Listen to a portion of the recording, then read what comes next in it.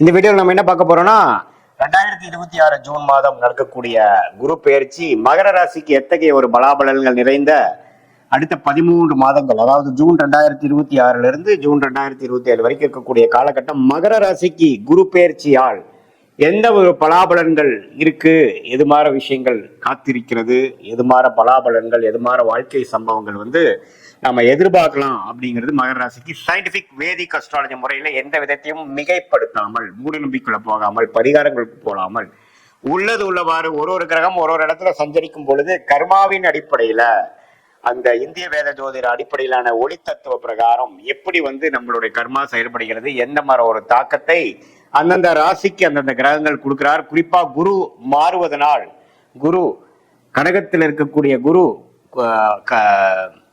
மிதுனத்தில் இருக்கக்கூடிய குரு கடகத்துக்கு மாறுவதனால் ஜூன் 2ஆம் தேதி என்ன மாதிரி ஒரு தாக்கத்தை கொடுக்கிறார். அந்த கடகத்திலேயே ஒரு வருடம் இருக்கும் பொழுது அந்த நவம்பர், டிசம்பர், ஜனவரி மிடில் பீரியட் 3 மாசம் பார்த்தீங்கன்னா அதிவக்ரமாக சிம்மத்துக்கு போனாலும் என்னவித தாக்கத்தை மகர ராசி கொடுக்க போகுதுங்கிறது நம்ம பார்க்க போறோம். இப்ப பாருங்க, குரு மிதுனத்திலிருந்து கடகத்துக்கு மாறுவது ஒரு அருமையான விஷயம். ராசியை குரு பார்க்கிறார். இதுவரை ராசியை குரு பார்க்காமல் 12ஆம் இடத்தை பார்த்து, 2ஆம் இடத்தை பார்த்து, 10ஆம் இடத்தை பார்த்து பல விரயங்கள், சுப விரயங்கள் சில பேத்துக்கு, அசுப விரயங்கள் நிறைய பேத்துக்கு போய்கொண்டிருந்தது மகர ராசிக்காரர்களுக்கு. ஏன்னா 12ஆம் இடம் என்று சொல்லப்படுகிற தன்னோட வீடை தன் குரு பார்த்து கடன், நோய், வம்பு வழக்கல், விரயங்கள், கையில இருக்கிற காசு செலவு வேணா பயங்கரமா ஆகுதுக்கு நம்ம செலவு பண்ற டெண்டன்சியில அதிகமாக போய்கொண்டிருந்த மகர ராசிக்காரர்களுக்கு முதல் இம்ப்ரூவ்மெண்ட் என்ன நடக்குதுன்னா, முதல் செலவு கம்மியாகும்.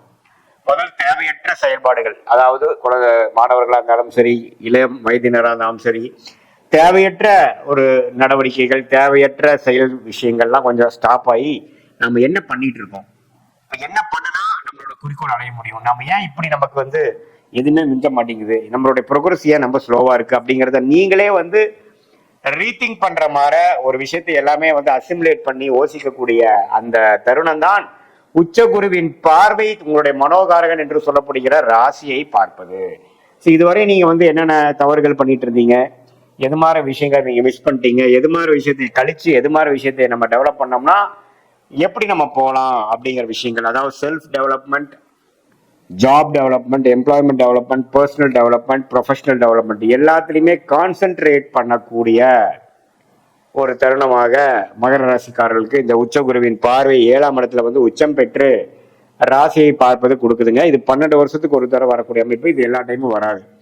இதே மாதிரி கல்யாணம் ஆகாமல் இருக்கிறவங்களுக்கு கொஞ்சம் டக்குன்னு கல்யாணம் நடக்கிறது, நண்பர்களிடையே நல்ல ஒரு ஒருங்கிணைப்பு, நல்ல ஒரு சோஷியல் லைஃப் இம்ப்ரூவ் ஆகிற மாதிரி, நெட்வொர்க்ஸ் இன்க்ரீஸ் ஆகிற மாதிரி, நம்ம ஸ்டேட்டஸ் உலகத்தில் டெவலப் ஆகிற மாதிரி, அதே மாதிரி பார்ட்னர்ஷிப்பு, புது நட்பு, புது அசோசியேஷன், புது கிளையண்ட்ஸ் அப்படிங்கிற விஷயத்தில் நல்ல ஒரு அபிவிருத்தி, நல்ல ஒரு டெவலப்மெண்ட், நல்ல ஒரு பிரகாசமான ஒரு முன்னேற்றம் 7ஆம் இடத்துல குரு உச்சம் பெற்று 7ஆம் வீட்டை அதிக திருட்பலம் கொடுப்பதனால நம்மளுடைய சொசைட்டி இருக்கக்கூடிய ஸ்டாண்டிங், நம்மளுடைய சோஷியல் லைஃப் எல்லாமே ஓரளவுக்கு நல்லா வரும். நமக்கு ரெகக்னிஷன் கிடைக்கும். நம்ம என்ன தொழில், என்ன வேலையில் இருக்கிறோமோ கொஞ்சம் name and fame and recognition கிடைக்கக்கூடிய ஒரு தருணமாக இருக்கிறது. உங்களுக்கு யோகமான தசைகள் போய் கொண்டிருந்தால் இன்னுமே நான் சொன்னது இன்னுமே நல்லாவே நீங்க ஃபீல் பண்ணுவீங்க.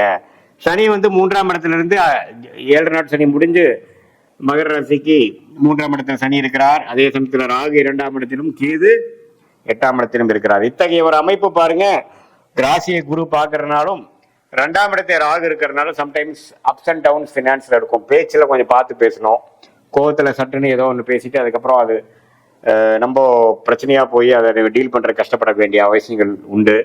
அதே சமயத்துல நம்மளுடைய வருமானம், குடும்ப விஷயத்திலையும் கொஞ்சம் கேர்ஃபுல்லா இருக்கணும். ஏன்னா 7ஆம் இடத்துல 2ஆம் இடத்துல இருக்கக்கூடிய ராகு, 8ஆம் இடத்துல இருக்கிற கேது எந்த ஒரு சுப பார்வை இல்லாமல் இப்படி இருக்கும் பொழுது என்னதான் நமக்கு மனசுல உற்சாகம் அடைஞ்சு நம்ம கொஞ்சம் ஒழுக்கமாகி பழைய விஷயங்களை கழித்து புதிய ஒரு விஷயத்துக்குள்ள நம்ம போனாலும் ஃபினான்ஸ் இம்ப்ரூவ் ஆகிறதுக்கு இந்த செப்டம்பர் மாதம் ஆகும். ஏன்னா செப்டம்பருக்கு அப்புறம் தான் ராகு பயிற்சி ஆகி ராகு 2ஆம் இடத்துல விலகிறார். ஸோ இந்த செப்டம்பர், அக்டோபர் வரைக்கும் அருமையான டைம். அதுக்கப்புறம் பார்த்தீங்கன்னா அதிவக்ரமாக குரு 8ஆம் இடத்துக்கு போவதனால இன்னும் கொஞ்சம் வெளிநாடு விஷயங்கள், இன்வெஸ்ட்மெண்ட் விஷயங்கள், வெளிமாநில விஷயங்கள், கொஞ்சம் கூட்டு தொழில் முயற்சி, கொஞ்சம் பல சோர்ஸ்ல பணம் வருவது, சுப முதலீடு, அது மாதிரி சில நல்ல விஷயங்கள் நடந்து பண விஷயத்தை கொஞ்சம் பெருக்கக்கூடிய, பணப்புழக்காட்டத்தை கொஞ்சம் இம்ப்ரூவ் பண்ணக்கூடிய, அபிவிருத்தி பண்ணக்கூடிய நல்ல ஒரு அமைப்பு மகர ராசிக்காரர்களுக்கு இந்த ஆண்டு முழுவதும் இருக்கு. குறிப்பா நவம்பர், டிசம்பர், ஜனவரியில இதை நீங்க ஃபீல் பண்ணலாம். அடுத்த வருஷம் ஜூன் மாசம் வரைக்குமே குரு கடகத்திலேயே இருந்து ராசியை பார்ப்பதனால் மனம் உற்சாகமடையும். பழைய மாற இருக்கக்கூடிய கடன் தொல்லைகள், தேவையற்ற செலவுகள் அதெல்லாம் இல்லாமல் ஓரளவுக்கு கண்ட்ரோல்டாக, டிசிப்ளின்டாக, நம்மளுடைய செயல்திறன்ல கிளாரிட்டியோட, பர்பஸோட வாழக்கூடிய அமைப்புகள். மாணவர்கள் நல்லா சிரத்தையா படிக்கிறது, குறிக்கோளோட செயல்படுறது. இளம் வயதினர் பார்த்தீங்கன்னா நல்லா படிச்சு முடிச்சதுக்கு அதுக்கேற்ற மாதிரி வேலை தேடி வேலை வாங்குறது. அதே மாதிரி கல்யாணம் ஆகாமல் இருக்கக்கூடிய நடுத்தர வயதினருக்கு டக்குன்னு ஒரு கல்யாணம் அமையிறது, காதல் கை கூடுறது, தொழிலதிபர்களுக்கு டக்குன்னு நல்ல ஒரு பார்ட்னர்ஷிப் ஃபண்டிங் கிடைச்சி நல்ல ஒரு தொழில் அபிவிருத்தி பெறுவது. அதே மாதிரி சீனியர் சிட்டிசனுக்கு பார்த்தீங்கன்னா ஒரு மன சோர்வோட இருந்தவங்களுக்கு ஒரு உற்சாகம் பெறுவது, பழைய ஃப்ரெண்ட்ஸோட ரீகனெக்ட் ஆகுறது, அப்படிங்கிற மாதிரி ஒரு சுவாரஸ்யமான சில விஷயங்கள், பல விஷயங்கள் நடக்கக்கூடிய ஒரு அற்புதமான ஒரு ஆண்டாக இந்த 2026 ஜூன் மாதம் முதல் அடுத்து வரக்கூடிய ஜூன் 2027 வரைக்கும் வரக்கூடிய 13 மாதங்கள் மகர ராசிக்கு ஓரளவுக்கு நல்ல பலன்கள்.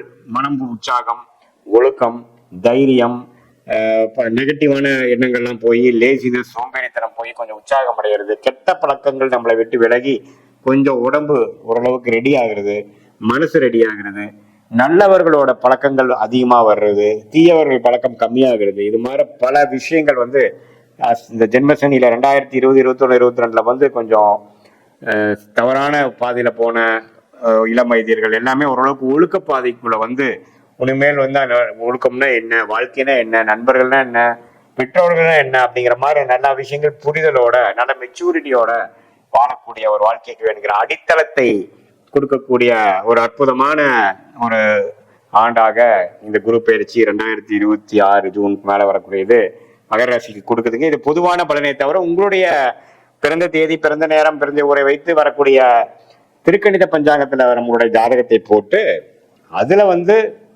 எது மாதிரி தசாபுக்திகள் போயிட்டு இருக்கு, நீங்க என்ன லக்னத்துல பிறந்தீங்க, என்ன நட்சத்திரத்துல பிறந்தீங்க, மகர ராசியில அவிட்டமா, திருவோணமா, உத்திராடமா, எந்த நட்சத்திரத்துல பிறந்தீங்கிறதெல்லாம் நம்ம சேர்த்து வைத்து பார்க்கும் பொழுது இப்ப நம்ம பேசின தசாபுக்திகளும் சேர்த்து அதே மாதிரி இப்ப இந்த தசநாதன் புக்திநாதனும் இப்ப கோச்சாரத்துல எது மாதிரி அமைப்புகளும் போறாருங்கிறது சேர்த்து வைத்து பார்க்கும் பொழுது அடுத்த வரக்கூடிய ஷார்ட் டேர்ம் 3 மாதம்லேருந்து ஒரு 6 மாதம் வரைக்கும் இருக்கக்கூடிய ஷார்ட் டேர்ம், அடுத்த வரக்கூடிய லாங் டேர்ம், இதெல்லாம் எப்படி இருக்க போகுது உங்க ஜாதகத்துலங்கிறது கரெக்டான ஒரு கிளாரிட்டியோட பார்த்து அதுக்கு தகுந்த மாதிரி முடிவுகளை நீங்கள் எடுக்கும் பொழுது வாழ்க்கை எதிர்நீச்சல் போடாமல் எளிதில் வெற்றி பெற முடியும்.